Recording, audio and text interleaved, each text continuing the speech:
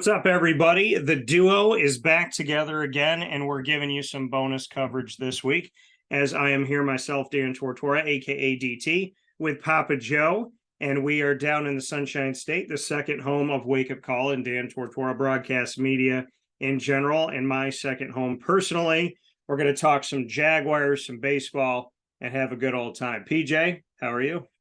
Hello, Daniel. Nice to always have you here for a couple of days, albeit the game sucked, so what the hell. What are your thoughts coming off of the Jaguars game?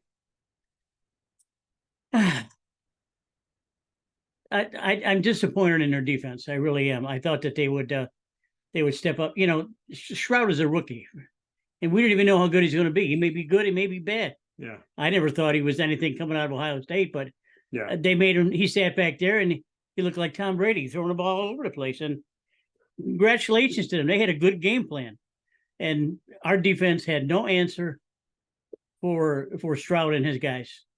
I don't think he was ever sacked. If he was, it was only once or so. He moves in the pocket well for a big guy. He's got a big arm. Yeah. So, you know, he's what he is, he's just like Lawrence on the other side of the field. So Lawrence is the same kind of player. So I don't know. I'm really disappointed. I don't know what they would do. I know you said that Pedersen said something that was real curious, and you could pass this along, that guys go to your position coaches and figure it out, right? Yeah, figure it out. He said allegedly said to the team, you got to figure it out. He told them they got to figure it out. Jamal Agnew, a wide receiver and return specialist, said to me, listen, there's only so much a coaching staff can do. They can't play the game for us. We got to figure it out. Christian Kirk spoke about being a part of successful teams and teams that struggled. And he said the difference between a team that's struggling, who you decide to be, is he said you can either be a team that's struggling, pick each other up, love each other, and be together, or you could start pointing fingers. And he wants to, obviously make sure that this team doesn't start doing that. But I almost wonder, from the game against Kansas City, where the defense played so well and the offense struggled with play calling, as well as, just decision making and overall being in the red zone, going 0 for 4 the week before against Kansas City. I almost wonder, and I want to say this the right way, did the defense for Jacksonville against Houston play not as hard? I don't want to say that they mailed it in, but did they almost want to give the offense a wake-up call, pun fully intended, by saying, look at how we played Kansas City and you guys couldn't score, so why don't we let you see what it's like for us to play back a little bit? Do you think that maybe the defense was sending a message against Houston? No, I can't. I don't go for that. No, if it is, then Pedersen's got a real problem, because that's unnecessary and uncalled for. They just took Houston for what they are, an 0-2 team with a rookie quarterback, and they walk all over them, and they didn't do it. They couldn't stop them. They scored out 30-something points or so. I mean, come on, Jesus. Well, the thing too is toward the end, when they had a chance and they were trying to come back, and they scored right immediately coming out of the second half. Right, they scored, and Tank Bigsby got in the end zone on a 1-yard run, and so you think to yourself, okay, the team's coming back, they have an opportunity, and then they allowed points on top of points, and then the pass by C.J. Stroud, I think it was on third down to Tank Dell, where Tank Dell broke to the outside. Nobody guarded him, and he ran out, and Stroud hit him in stride, and the guy walked into the end zone. To me, that was obviously the silencer. That was the nail in the coffin. I'm trying to put my finger on it, because like I said, I don't think it's that the defense didn't give maximum effort. That's not what I got from Chad Muma. And I know that Foye Oluokun was frustrated, to say the least. It just looked like a different defense in this game. They were leaving wide open gaps. They were letting C.J. Stroud drop back and survey the field. They were giving him plenty of time. He could look around. And then when he would attack certain areas, there was just wide open space for the guy to catch the ball. It just seemed like Jacksonville was allowing so many open, uncontested opportunities against Houston that they weren't allowing against Kansas City, which at that point, do we say that they got up for Kansas City because it's the reigning Super Bowl champion? Mhm. And maybe with Houston, they didn't attack as much because they thought Houston wasn't a good team. No, they just you used the term mail it in. They certainly didn't mail it in, but they had a game plan Yeah. where they were aggressive against the Jaguars. And look at this is a learning point this year. They got their teeth kicked in, you know, as prime time would say. They got a butt whipping. Well, they did, and how you respond after that, it's up to you. If Pedersen wants to keep playing the game, let you guys figure it out. You know, he may have to step in sooner or later, make some changes, but there's certainly nothing wrong with the offense. Frankly, they can score at will anytime. I don't get it. Yeah. I don't know why. I'd like to see Ridley drops 2 passes. He drops two passes, one right at the 1 yard line, and one crossing over right in his breadbasket, and he dropped it. So, you know, Ridley's part to blame here too. I mean, Ridley's got to get loose. They got to find some way for him to get loose. He is the only one that can stretch the field, and they got to come up with something. Isolate him somehow or do something. But maybe have the tight end pick a corner or something and let him fly by. But they got to get him into the game. What I don't understand is, you know, and I mean, Zay Jones has obviously been out the last couple of games due to an injury, and that's been tough to see. I disagree in the sense that Zay Jones and Christian Kirk can stretch it. I know Calvin Ridley is a different breed, but here's my thing. If Christian Kirk has such good hands and he can get out into the open field, I mean, in the game against Kansas City, Christian Kirk had 11 catches for 110 yards. Right. So to me, if you have Christian Kirk, even with Zay Jones out, you look at how Trevor Lawrence was toward the end of the game when he was trying to move the ball in the third and fourth quarter. Yeah. It was completion. Right. He's got Travis Etienne Jr., he's got Christian Kirk, he's got, you know, the tight end Evan Engram. Like you said, they could score at will. What I don't understand is when Trevor wants to move the ball, it's like complete. They started one drive, they ran 4 times. Etienne ran for 11 yards, 16 yards, and 5 yards. Then Tank Bigsby ran for another gain of 10 yards. So you see these, you know, you see all of these great moves running the ball, and then they go and they pass the ball, and you see in completion. So what I don't get is when you look at first downs, you look at time of possession, you look at yardage overall. If you looked sheerly at the stats of this game, Jacksonville lost by 20, but statistically, their offense looked like they should have won by at least a field goal, if not by more. So what I don't get is, and Trevor said it after the game, they were moving the ball. They just weren't getting it in the end zone. Again, this is 2 weeks in a row where they're not getting in the end zone. 2 weeks in a row, that's right. Down by the goal line, I'd like to see him use Etienne more. Yeah, a flare out of the backfield, a reverse, anything.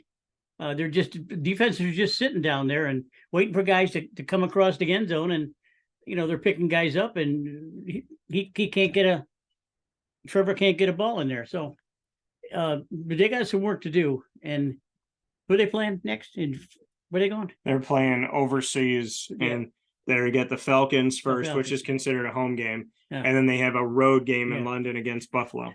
Well, the Falcons should match up well with them. They should overwhelm the Falcons, certainly. But I don't. There's some problems. I never thought I would say this year because we both saw what was happening over the last couple of years, and we knew that when Pedersen came, the culture was going to change, and I want to look for them to change what happened yesterday. To something positive. If Pedersen has to kick some ass, well, he's got to kick some ass. But Ridley's got to catch the ball. He's got to hang on to the ball. You can't run Etienne on the ground. Bigsby is a more than adequate backup. Mm-hmm. You got an all-pro quarterback. You got everything.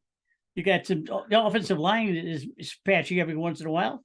But hell, if you give Trevor Lawrence 4 to 5 seconds back there, he can complete any pass anywhere.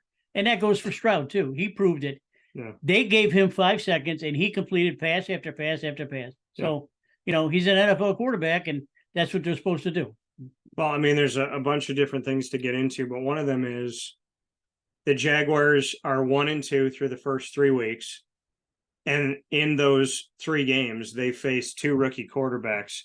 They faced in week 1, Anthony Richardson on the road up against Indianapolis and the Colts.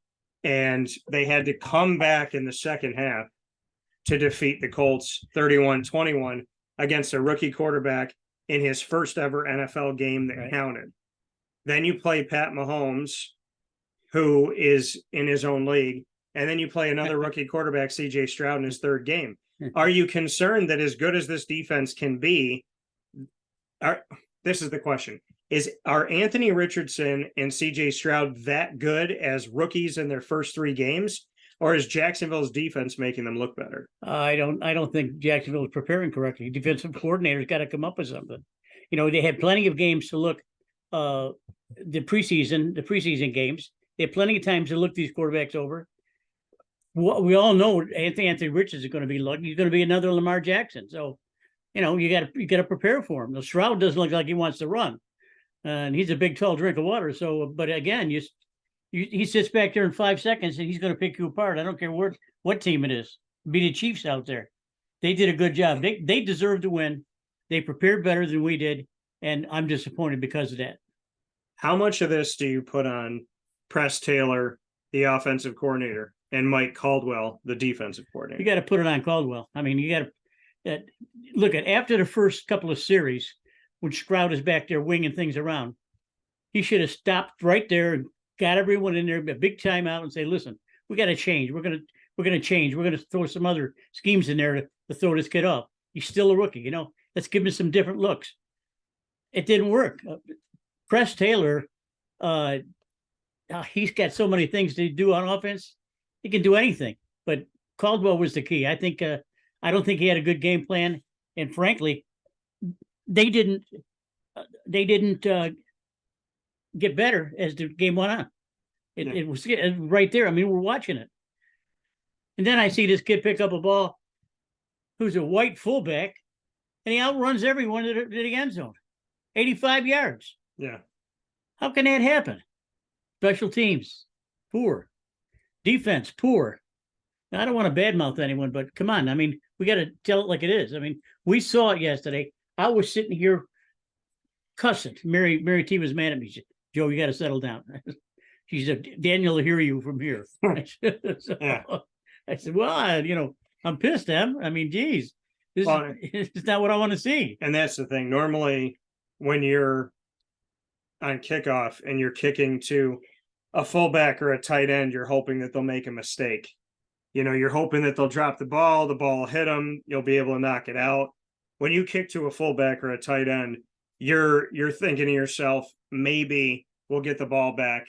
And if they catch it, they're going to get maybe 5 yards, maybe 10 at Where best. did the speed come from with this guy? Andrew Beck catches he gets to the ball, fumbles it, chases it down in the run. Now, here's the thing. Once you put the ball on the ground, everybody and their mother should be on that ball. Right. The fact that this guy could put the ball on the ground, pick it up, be in traffic, be on the left side of the field, get the ball, gather it, that nobody went after the fumble and got it or took it away from him. And then he could hit traffic, bounce to the outside, go all the way out right in a diagonal pattern and outrun everybody. When your special teams gets beat by a fullback, everybody needs to stay there after the game, after interviews, and they need to run for the rest of the day. Something tells me that this guy can run about a 4.5 He didn't look any slow. He didn't look like any slow fullback to me. I mean, he was picking him up and laying him down. He was gone. Yeah, I want to look this up. So it said that back in 2019, he recorded a 40-yard dash time. Andrew Beck, the fullback of the Texans that had the 85-yard kick return for a touchdown. Back in 2019 at Texas Pro Day, he recorded a 40-yard dash of 4.63 seconds. Probably the fastest tight end maybe ever. Or fullback ever. Yeah, Larry Zonka could move, but oh geez. Well, that's 4 years ago. So I'm sure he's picked it up a little bit. Right. But you think about, would Mike Allstott, Rob Conrad, guys like that, could they rumbling, stumbling, bumbling, get in there? Bumbling. You know what I mean? Talk. I mean, I remember one play Mike Allstott, who wore that linebacker pad that Right. went up, he hit the middle, and you're seeing this middle just move down the field, guys backpedaling, and then he burst out of it like a cave, and he just started flying. Yeah. Andrew Beck, if you didn't know his name, you know it now. I don't know how that's not one of the best plays this entire year, maybe even at the end of the season, Well, 14, 15 weeks from now, because of the fact that it's a fullback with an 85-yard run, fumbles the ball, picks it up, hits traffic, and nobody could catch. And as he started to go diagonal and go down the field and come around, I'm looking at McManus, and you're thinking, if McManus doesn't catch him, nobody's going to catch him. No. This guy got into the end zone. What would you do if you were the Jacksonville Jaguars special teams coordinator? I'd go hide. I If, would go hide. if you were Heath Farwell, what would you do? Patterson's probably looking, what the F is going on here? What happened? But I'll tell you what, they're probably going to get this kid into the offense a little bit more. If he can flash that kind of speed and maneuverability, they'll fit him in the offense somewhere. I'm glad someone else let him. Well, if CJ Stroud's going to get those wide open opportunities to complete passes in giant spaces, then I would make sure Beck's a part of the offense, right, so that he could grab that ball and run around with it like he did in the game against Jacksonville. That's right. But here's the thing. I mean, outside of that, do you really think that CJ Stroud is that good? Or is it the fact that Jacksonville's defense was just playing off and they were allowing so many opportunities? It was almost like they were spying on areas, but they weren't collapsing on those areas. So many times in this game, you would see CJ Stroud drop back, wait, look around, and he'd throw a pass. And as the ball is on the way to the receiver, you would see that the receiver had this circumference of wide open space where he could catch the ball and go left, right, or straight. So was this a Jaguars scheming problem? I think that let's just call it an illusion this week. Yeah. Let's just call it a bad week. But last season, the same thing. Yeah. They're a good team, and they lost to the Texans at home. Right. We gotta get rid of it. Focus on the next. They're probably out of the country. Probably going to do them well to get out of the country and a go over to little England. reset. Yes, and I don't know what more to say. I mean, well, let me say this to you and get your thoughts. When I was writing my article yesterday, and you can read it on WakeUpCallDT.com, my Jaguars article, which is called "Time to Regroup." The Houston Texans, as I was writing it, because I thought going into the game, I said, I'm a little concerned about this game. And I was concerned because last year Jacksonville was a playoff team, but they went up against the Texans at home in Jacksonville and lost 13-6, and their offense was atrocious. That made me nervous. So they lose 2 in a row last season and this season. And I said, you know what? Just for argument's sake, let me go back to the series and see how many games they've lost to Houston at home in Jacksonville in the confine of their own walls. The Jacksonville Jaguars have lost 6 straight seasons to the Houston Texans at home in Jacksonville.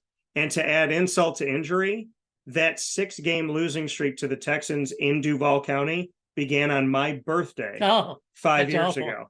That's awful. Well, October 21st, 2018. That's not good. That's not good.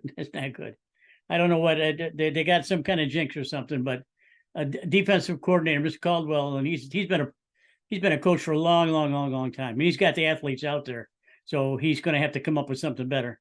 Who do you think, despite the way that they played this past week, which was by far their worst game? Because in the game against the Texans, special teams played pretty well, defense played well, offense didn't play well. Against the Colts, they came back. This is what the guys said to me, and this is what they were talking about, and Trevor Lawrence mentioned it too. We got to stop thinking that we're going to be able to come back in every game. Chad Muma, the linebacker, said that to me. He goes, we have this mentality, he said, in our locker room at halftime, he said, all the guys were sitting there going, yeah, we're going to win this game. Doesn't matter how much we're down by, we're going to win it. He said there's a thought on this team in the locker room that no matter how many points we go down by, we're always going to win. And Trevor was talking about we got to get out of this mentality that we're always going to come back. We need to win the game. And the guys were talking about winning it in the beginning, coming out strong, instead of this thought in their head that they are always going to be this resurrecting team. Exactly. And look what Kansas City did right after that game. bang, bang, bang. Before you know, it was 21-0. Yeah. You jump on these guys, especially an inferior team. You jump on them, keep the hammer down, and keep playing. I gotta blame Pedersen a little bit here too. Pedersen, Taylor, and Caldwell need to get together and come up with a better game plan. Throw the special teams coach in there too. So let me throw this at you. Yep. Who's your favorite Jaguar based on how they've played through the first 3 games? My favorite Jaguar. That's a good question. I think probably Evan Engram. I like him on the outside. He's a really handy receiver. He's big and tall and strong. He's like he's a receiving tight end. He is. He can outrun the linebackers, and he can stay with the defensive back. So I'd have to say that if I was 3rd and 8 with a minute left in the game and I needed someone, it'd be him. Well, I've asked the question. So now before we go to another subject, throw a Jaguars question or 2 at me. What do you got for me? Who? What? You can ask me whatever you want about the Jaguars. Oh, okay. Throw something at me. All right. Should Bigsby play more? Absolutely. I think that they should have a healthy mix of ETN and Bigsby. I think the more you use Bigsby, the more you can use ETN on the outside. You could throw him short passes, check downs. You could flip the ball out to him and let him do different things in the backfield with it. Yeah. If they know that Tank is going to be running it down the middle. Right. He's a really wonderful player to watch. I'm glad that he was drafted, and I'm glad he made the team.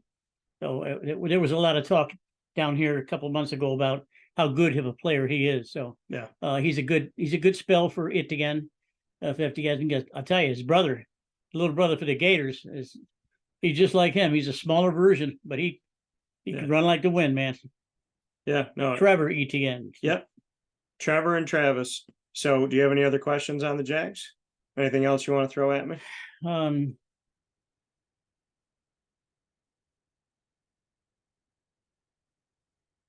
I'd like to know if any coaches are going to be changed during the course of the year, if things persist.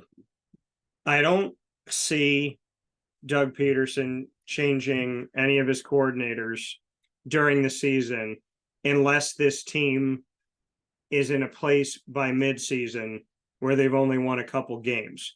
I ultimately would lean on the side that his staff is going to be intact no matter what. The only way that I could see anybody being let go is if Doug feels like through 8 or 9 games or 10 games, this team is out of the playoffs and he really wants to light a fire under their butt. But I mean, when you see Doug Peterson, he seems like a mild-mannered, mellow guy, nice guy, faithful guy, believes in God. Mm-hmm.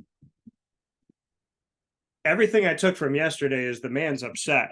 And I don't think it's easy to make him upset. And if the Jaguars as a unit have upset him, then I hope that they take it seriously, because he doesn't seem like a guy that just gets upset. I think if he's in a place right now where he's frustrated with the team, they should really, maybe that can be their wake-up call, because, there's people that yell all the time. Mm-hmm. But when it comes to Doug Peterson, he hits me as a type of person where if he yells at you, you kind of stop and go, uh-oh, Dad's mad, so let's do something. So, well, he's because he told them he said they need to figure it out.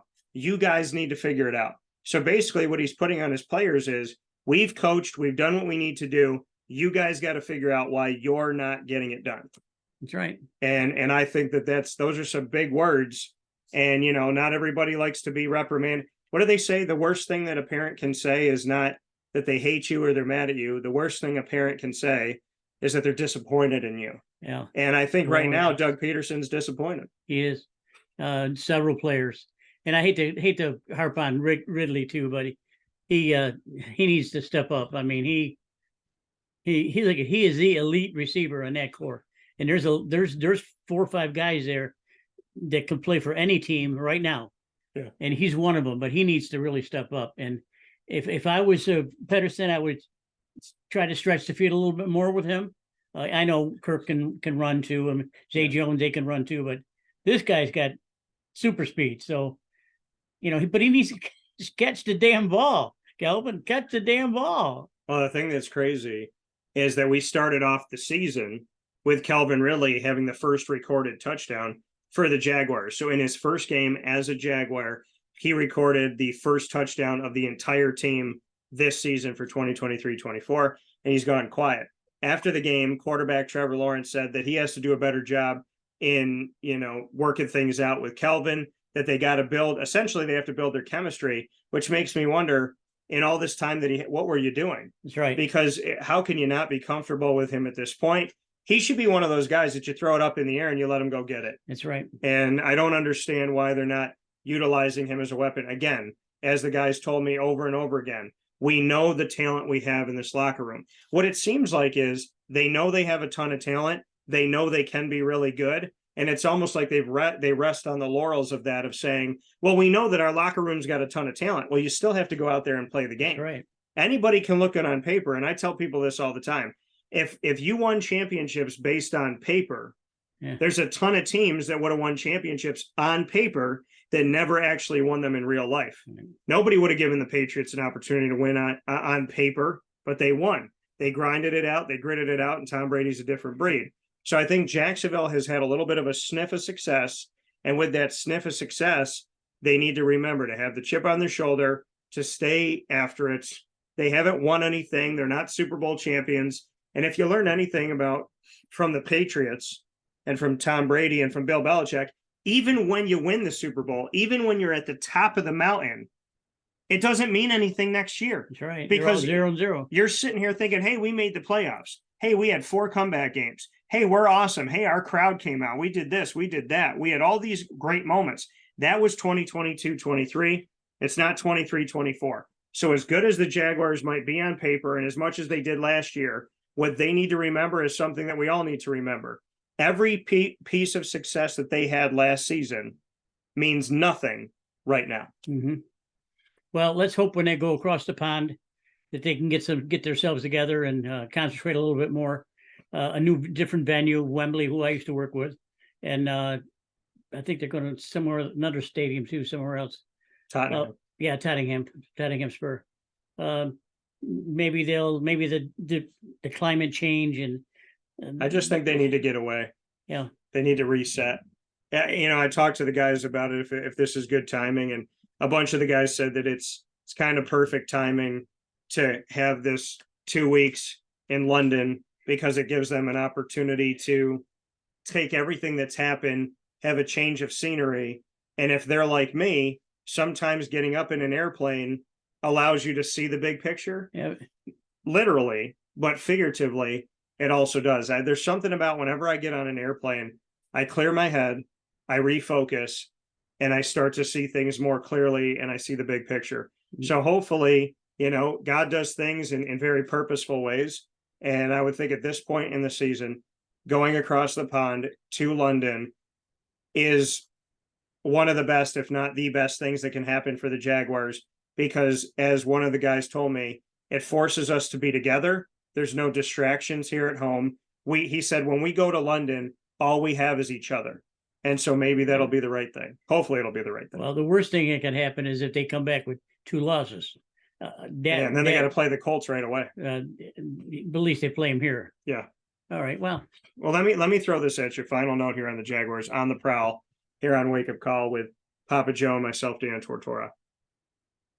Trevor Lawrence said at the end of the game, he said that he wants to be held accountable. He wants people to hold him accountable. And at the same respect, he's going to hold his offensive line, his tight ends, and his wide receivers accountable as well. What are your thoughts on Trevor saying to the public, hold me accountable when I'm wrong, and please understand that I will hold my teammates accountable? It's good to see. It's good to see that. I mean, the kid's only 23 years old. I'm funny. He's not a 30-year-old veteran. He's got a lot of couillons, as we say in our language. Yeah. He's and I think he believes that. But with Doug Peterson, when he was looking over the teams that he wanted to coach, he looked at all the teams that were possible. Yeah. And he landed on the Jaguars. He wanted that interview with Mr. Khan. He wanted that job. Why? Because of a kid like Lawrence. That was his ticket to get back into the highlight. And if Trevor's willing to do that for his coach, then that's great. I mean, I love it. He doesn't make too many mistakes. Let's face it. I mean, he'll throw an interception every once in a while. He doesn't overthrow anyone on, I mean, he's usually right on. He throws a good hard ball. I think he's wonderful. I think it took a lot of courage to say that. Now, if he has a couple of interceptions at his next game, then they're really going to come down on him. Yeah. So, yeah, I mean, and I think the thing with Doug Peterson is, there's certain coaches, when they had Urban Meyer, Marvin Jones Jr. said to me, we knew that our problem was coaching. We knew that we needed to get a new coach. That's right. When it comes to Doug Peterson, I think he's the type of coach that if he looks at this team and he's disappointed, like I said, or he's embarrassed, if he doesn't want to coach this team, that's their fault. Yep. I think they've had coaches where you look at the locker room and say, this coach doesn't have any control. I think in the case of Doug Peterson in this era in Jacksonville, if they let him down, then that's saying something about the players. Yep. I think they need to come together. They need to figure this out, because Doug Peterson's the type of dad you don't want to disappoint. Yeah. And hopefully England will give them the help that they need, as this is another edition of On the Prowl. And we want you to win, and we want you to do well. I mean, we're not saying anything that's foreign here. The Jaguars, what we're essentially saying, to bring it all together, what we're essentially saying is that the Jacksonville Jaguars have more potential than what they're living up to. Certainly. We expect more of them. Mm-hmm. And they should be happy in the place that they're in right now, in the sense of the fact that there are expectations. But with expectations come the fact that you have to remember what it took to get there. And I tell people all the time, once you get to the top of the mountain, it's a great thing. But if you forget what got you to the top of the mountain, then you're doomed to fall off that mountain. That's right. So they got to remember what it is. And even when you're successful, take it from me or from anybody, as good as you are, as much as you do, as successful as you can be, keep that chip right, firmly planted. Right. I got a chip in my shoulder that's indented for the rest of my life. It's stuck there. And that's because no matter how good you are, or how good you think you are, you can always be better. And you always got to remember that fight that took to get you where you are today. That's right. So I think without a chip on your shoulder, you can't win. If you ask the Patriots, Super Bowl after Super Bowl after Super Bowl, if they didn't come in the season with a chip on their shoulder, you do. Because no matter what anybody thinks of you, all that matters is what you do and what you think of yourself. And the New England Patriots were a perfect example of that. And the Jacksonville Jaguars have done it before, and hopefully they learned from this. A few years ago, they almost made the Super Bowl. And the next season, they were terrible because they came into the season feeling good about all the stuff that happened. It's great to get there, keep the chip in that shoulder, and let's get after it again. Jacksonville, it's early. You're talented. You can do it. You guys know what you need to do. You understand mentally what needs to happen. You practice hard. You have the talent. The only thing that's keeping the Jacksonville Jaguars from winning football games is the Jacksonville Jaguars. That's right. And before you go across the pond, I'm going to give you a Dominus Vobiscum. And a spiritual 2-2-0. That's right. So much love. Please be safe. Go out there and kick some tail and show London once again what it means to roar.